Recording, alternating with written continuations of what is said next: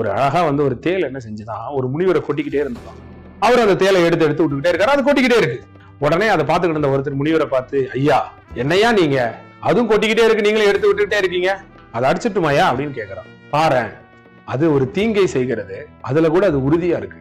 நான் நல்லது பண்றேன், நான் ஏன் அதுல உறுதியா இருக்க கூடாது?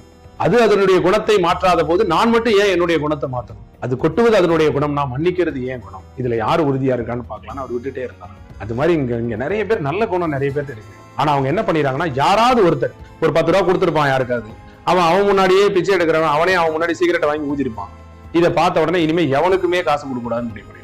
சிலருடைய கசப்பான அனுபவங்கள் யாருக்குமே உதவி செய்யக்கூடாதுன்ற எண்ணத்தை தான். ஒரு தடவை இறக்கப்பட்டு கஷ்டப்பட்டவொடனே இனிமே யார் மேலே இறக்கப்படக்கூடாது. ஒரு தடவை நட்பு ஏமாத்தினோன்னா இதுமே யார் மேலே நட்பு கொள்ளக்கூடாது. நல்லா தெரிஞ்சுக்கோ, நீ யாரு, அவ்வளவுதான். உனக்கான பலன் இறைவன் தரும். கீழ்த்தரமான மனிதர்கள் என்னைக்கும் நேர்மை, நியாயம், உதவி எல்லாம் எதிர்பார்க்க முடியும். நம்மளா இருப்போம் பெரிய மனுஷன்.